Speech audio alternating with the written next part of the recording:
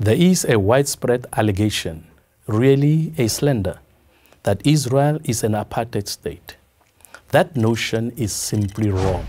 It is inaccurate and it is malicious. And it will not help to promote peace and harmony in the Middle East. Its only purpose is to demonize Israel and to isolate her in an attempt to delegitimize Israel's existence. And because it is so inaccurate, it betrays the memory of those who suffered through a real apartheid. As a black South African who was born under apartheid in the administrative capital of South Africa, Pretoria, I know what apartheid is. I've experienced it. My parents experienced it. But having been to Israel on a number of occasions, I know that nothing is happening in that country that I've either seen or read that can be compared to apartheid in South Africa. Let's remember the major reason Nelson Mandela went to prison, why he was involved with the armed struggle.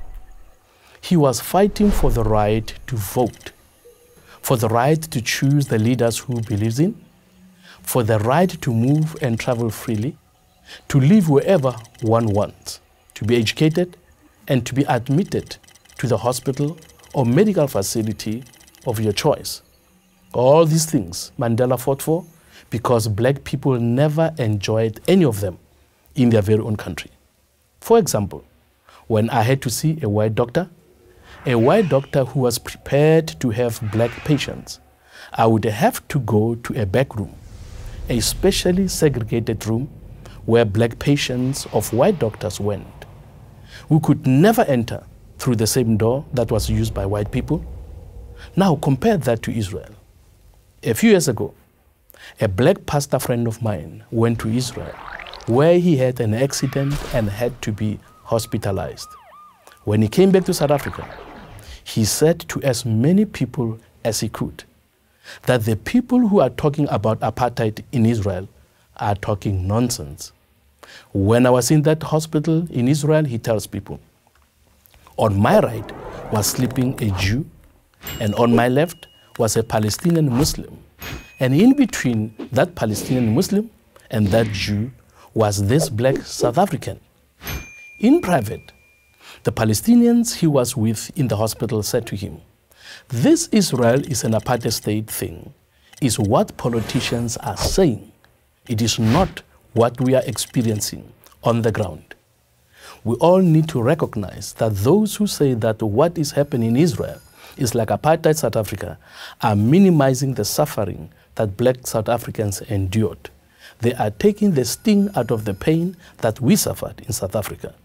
If South African apartheid was what people are seeing in Israel, there would never have been any need for an armed struggle.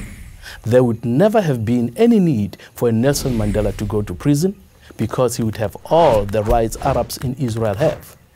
There are judges in the Israel courts who are not Jewish by birth. In apartheid South Africa, you could never have had something like that. You have teachers who are not Jewish who are teaching Jewish children. These non-Jews in Israel have everything that we non-whites in apartheid South Africa never shared with white South Africans. Most South Africans know this. They know that to call Israel an apartheid state is false.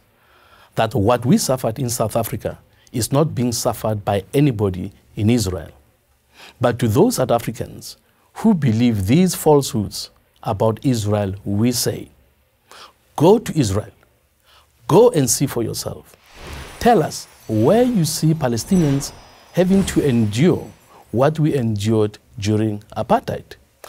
As a member of the South African Parliament, and in the name of millions of my fellow black citizens of that country, we know what apartheid really was. And I therefore ask those in the United States, Europe, and anywhere else in the world who charge Israel with practicing apartheid to please stop doing so. You are damaging the truth. You are damaging any chance for peace in the Middle East. And most of all, you are destroying the memory of the real apartheid. The charge that Israel is an apartheid state is a lie. about the real Israel, and it is a lie about the real apartheid. I am Kenneth Mishwe, a member of the South African Parliament for Prager University.